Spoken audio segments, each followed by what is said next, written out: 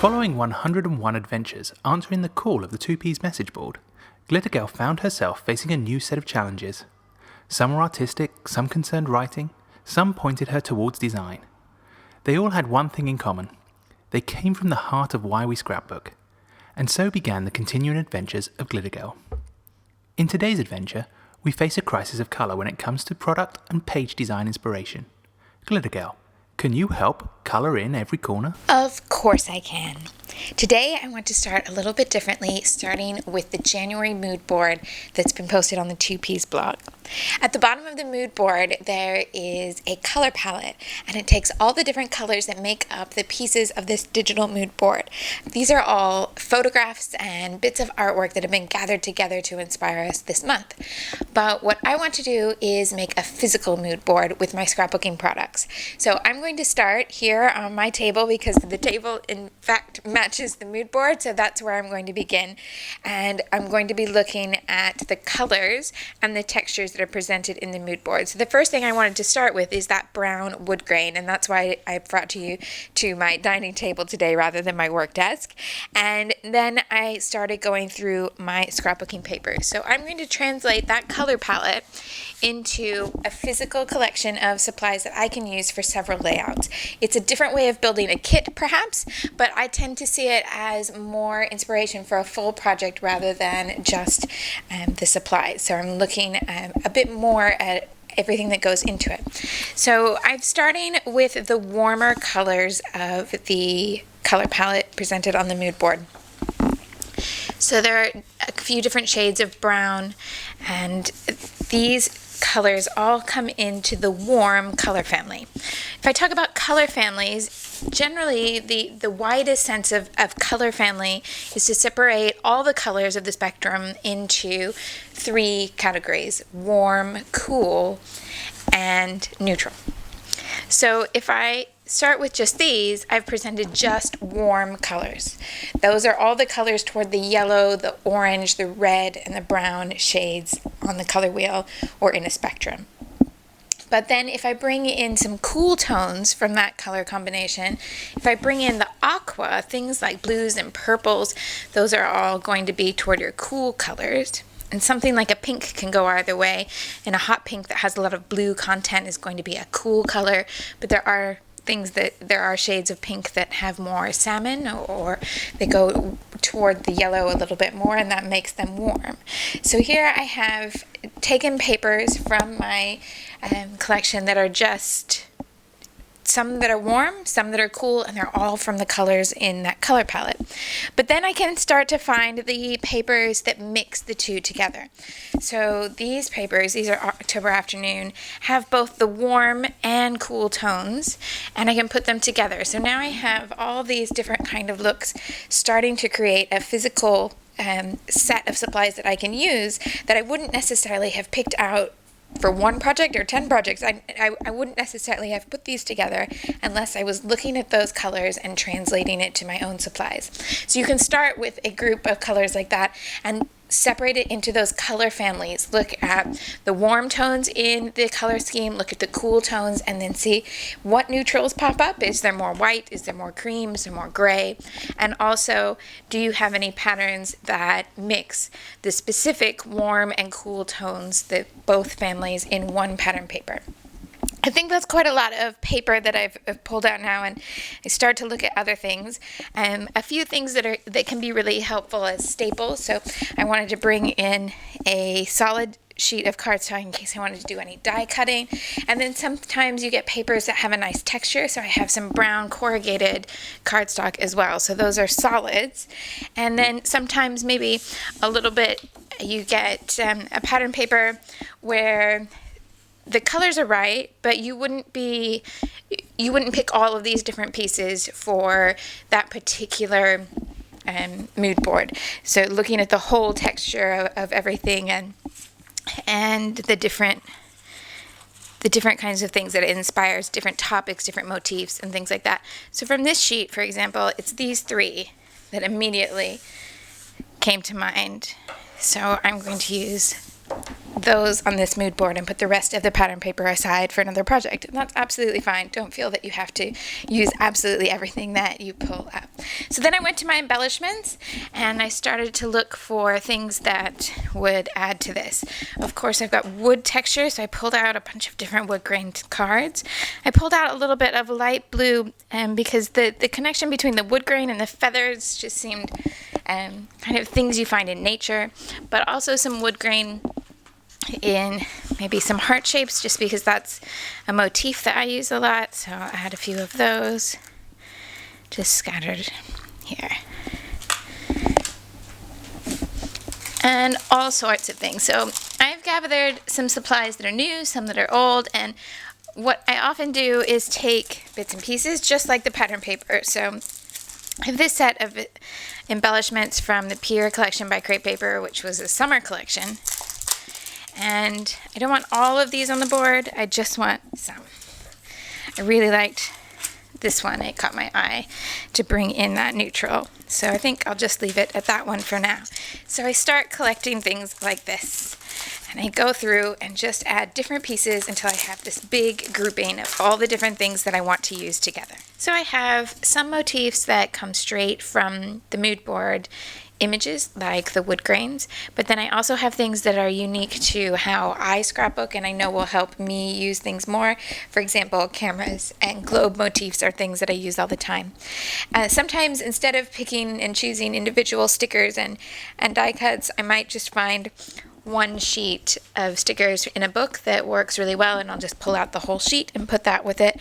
Or, of course, then sometimes there are whole sheets of product that look like they could be useful. So I might take whole sets of stickers, some new, some used, some a bit of a mix, things like brads, so that I can start adding in different textures and just tuck them all in so that I can see everything starting to come together and I have different options to work with. So since that mood board had writing with ink on the mood board, I'm going to go ahead and just stick this in the middle and give it a go.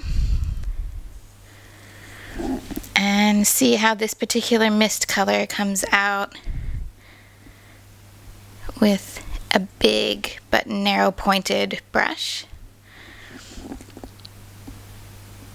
A wash of blue on this bit of fabric so that I can have that kind of sky blue color as well.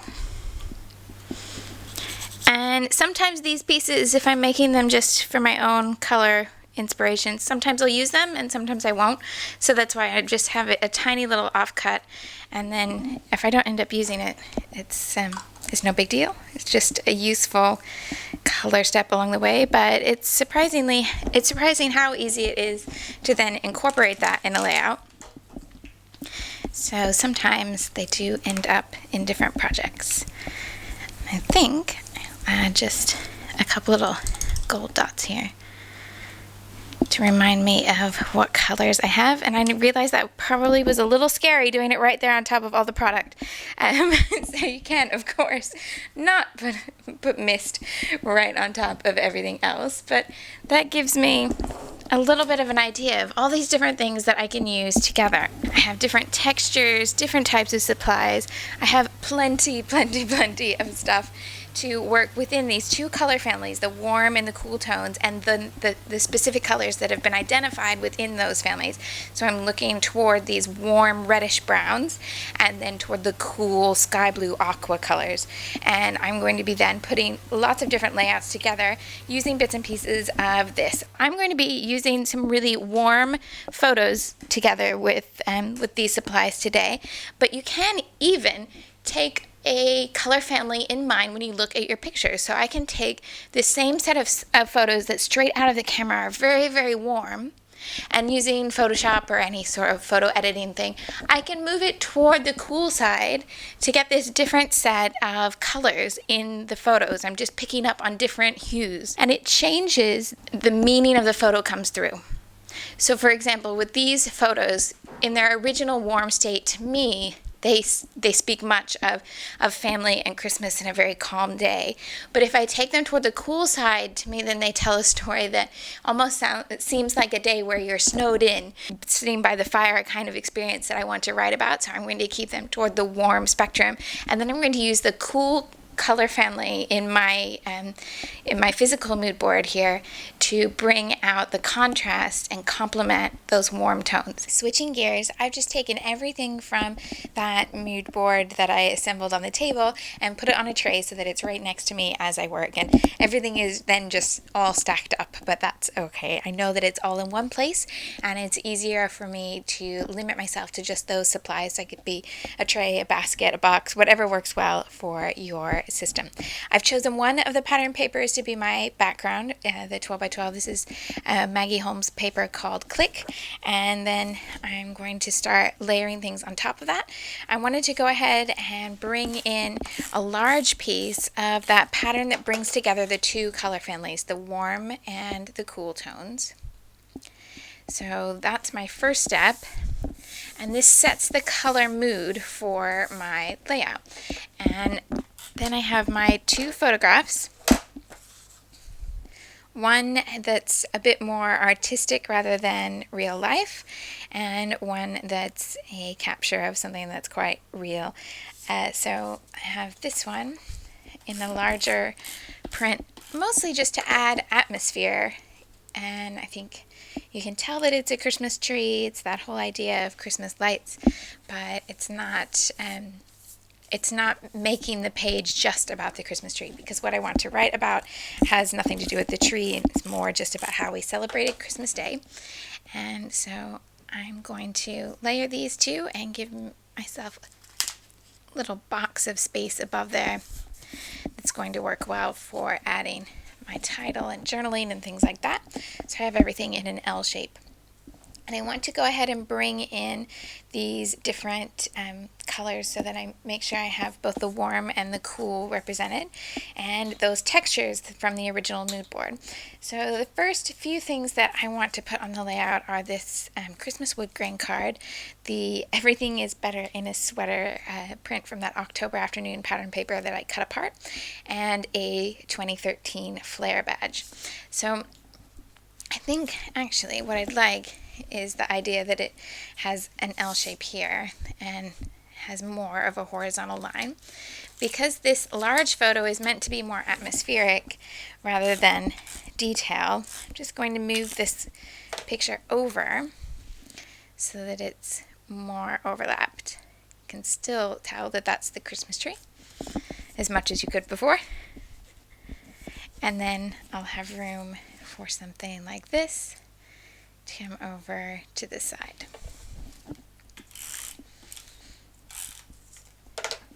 Now I'm not doing anything fancy on top of this particular wood grain card.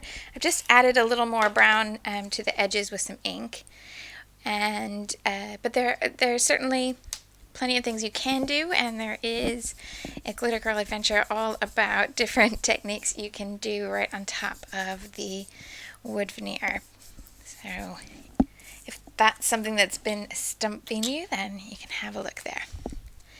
And then just to figure out what would work best, so I could work up here, and then I would end up with this kind of U shape, and I need to figure out what's going to go on here.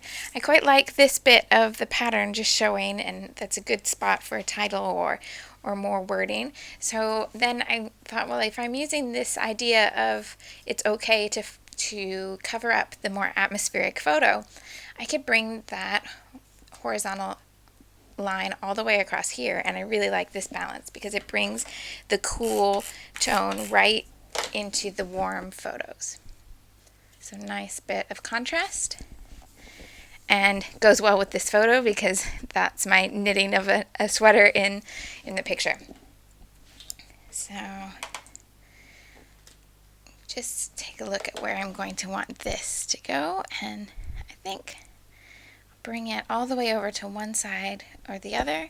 I'm liking this side better, so I'll adhere it there. And then I'll go back to my mood board to see my mood board. Well, it was a mood board, and now it's a tray of supplies. I'm going to go back to that and look at how I can balance the different elements that I want to include. Now you might have noticed I didn't pull out letter stickers at the very beginning, and I suggest that if letter stickers are something that, or any lettering is something that you need to make sure you find in your supplies, then go ahead and incorporate them at that point. The reason I don't is because my letter stickers are immediately below this countertop. They're in a drawer right at hand's reach, and I can find all of them really, really quickly. So it's not something that I have to go searching for. So for me, it works best to just keep them all there and organized rather than to have them in multiple places. But I do have letter stickers in mind for this page, so I'll figure that out when we get there. And just take a moment to figure out exactly where everything's going to go and then start adding some more. I've been able to map out in my mind where everything is going to go. The title is going to go below this horizontal line, and my journaling is going to go up here, so I can also work in a bit more embellishment here. I'm going to be using 2 different alphabets from October Afternoon Daily Flash. So just wanted to show you these before I start sticking them. This is the chipboard option, and this is in strawberry ice cream, which is actually kind of a pink and cream, but I like how it mostly looks like a kind of faded red, so it's just enough Christmassy to work for me, because I don't want this page to be all red and holly leaves. Obviously, I really wanted to work with that warm tone. And then these are the flat stickers in Stoplight. But something you might not realize when you see the thumbnail, because you see this shot of the stickers, but it actually includes 2 different alphabets. Both of these are included in the pack, so you get the large script alphabet and then the smaller little block alphabet too. So I'm going to spell that out below here, and then I'll have an idea of how much room I'm going to need for my embellishment. Now I know I have all of this space that I can use for embellishment, since my journaling is going to go up here. So that gives me a little bit better idea of how much room I can spend on things that are just little additions and don't have to be quite as important as the other things. Now sometimes I'm going to be bringing in pieces because of the color and the shape and the size, and not necessarily because of the motif. For example, that alarm clock is not going to fit with the story I'm writing here at all. But that's okay, because I liked the color and the shape and the size of this die cut piece, so I'm just going to cover up the alarm clock and add in some tape for a little bit more of the aqua, and then a little bit more wood veneer to go on the page, a couple stickers, and this is one of the newer tapes from October Afternoon with all different camera phrases and things like that. Just get a piece that's going to fit in the right spot. Tuck underneath there. Perfect. And some Amy Tangerine wood grain stickers from the sticker book.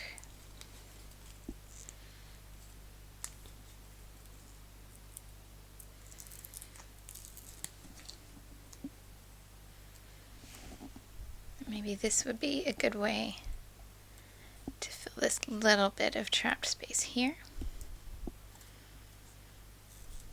Just overlap the pinwheel toward the title, and that, well, arrows always take your eye in the right direction, so that's useful enough. And I also really liked this one because since I've already gone with the sweater and picking up on the knitting, maybe this sticker has the stitched heart too. Maybe I think it might look a bit nicer with some ink around the edge to define that little scallop bit. And then tuck it underneath. I want to include my journaling in this space, but I don't think it'll be completely legible straight on this pattern paper. One option in my mind was to use kind of either a white or an off-white vellum, but I didn't have a vellum to hand that would be a good match. So I decided I would just not worry about that idea too much and see what else I had in mind. I had some journaling cards that I'd pulled out to match the mood board, and these are from October Afternoon.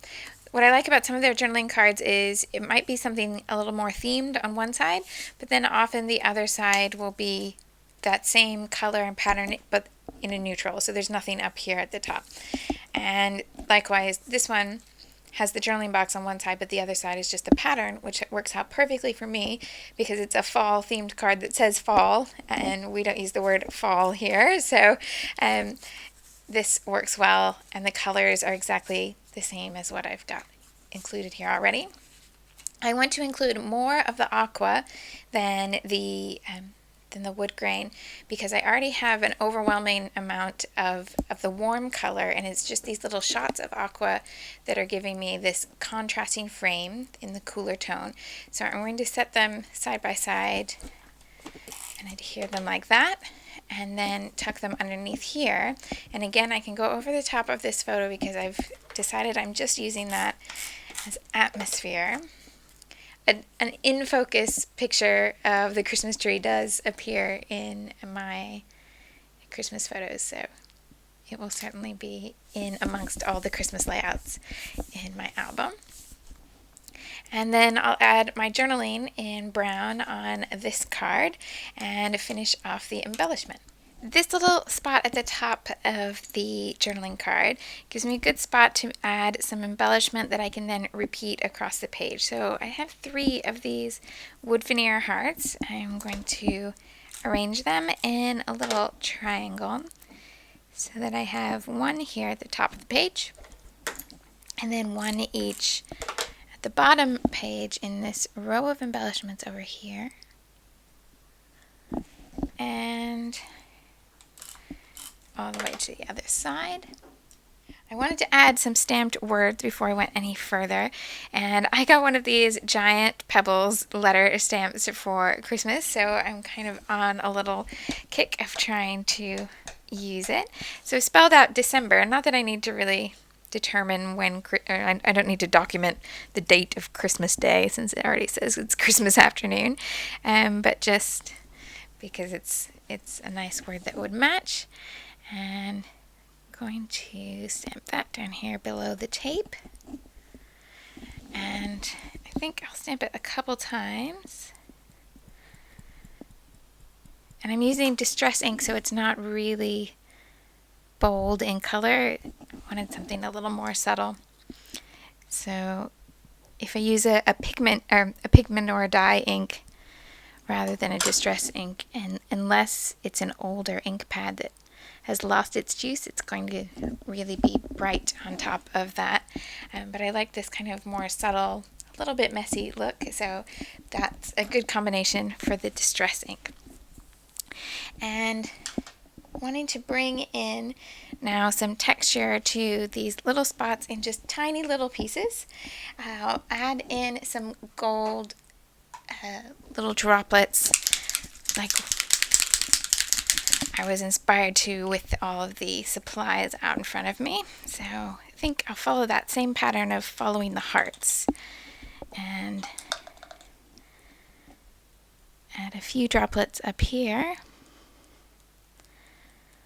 and then next to the hearts either side of this horizontal line. For that space down at the bottom of the page that I was a little worried about, I'm going to take some just plain old embroidery thread, pull it apart so I've got some smaller pieces instead of that big thick strand, and just bring it into a small little mess really, because what I want it to be is just some background texture, and I'm going to put something on top. So I'll stick some adhesive in that little gap that I'm wanting to cover up.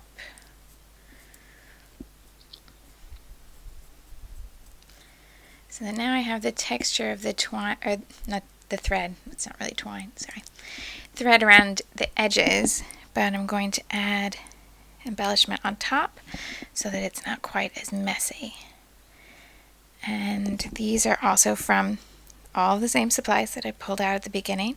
So these were from a Studio Calico sticker sheet that has star shapes cut from maps, except half of the stickers are actually either a plain aqua or a grid aqua. And maybe I bring a couple of those little stars up to the top. There's some larger ones here as well. So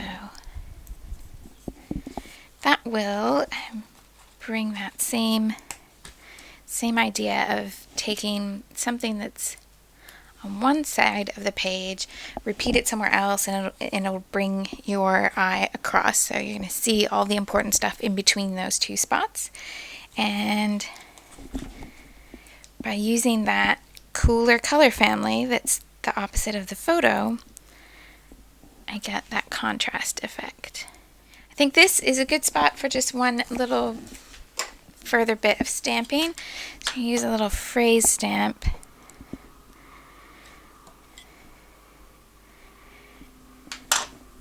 to go along the side of this card. And just have one last look, and I think that's where I'm going to call this one done. I'm pretty happy with everything that's there. I like that there's this punch of the more concentrated Christmassy color down here in the title that grabs your attention. I know there's a lot of subtitle going on here. There's a lot of words on the page, but that's absolutely fine by me. And I like that there's this feeling that the warm tones are in the background and the cool tones, that cooler color family, is up on the top of the page, all the bits and pieces that are laying on top, which is a lot like what's happening in the photo. So there's this blue here and the blue in the denim, and that's on top of a background of very warm tones, the fire, wood, and the architecture of the house behind. So I've been able to even take that inspiration from the photo and bring it into the design. So this week I really would challenge you to look at the color scheme that's provided and break it down into those the warmer color family and the cooler color family, and prepare a physical mood board of your supplies. Put together your own little arrangement of things that you already have that fit that sort of theme and inspire you, and see what happens when you put them all together and work with just those supplies. You can share a picture even of just your supplies gathered and show us all the different combinations that we'll get when we have a whole community of people taking that one mood board and interpreting it in their own way. If this is the first video you watched this week, have a look at the other projects that have been posted so far. There's a brilliant set of videos from Vilna with a mini book that takes you through a lot of technique, if that's your thing. And there are also some beautiful other layouts inspired by the same mood board that we all started with this month. I'll see you next Wednesday. Thanks so much for watching. Join us next week for the continuing adventures of Glitter Girl and the ongoing mystery of the scrapbooker behind the mask at twopeasinabucket.com.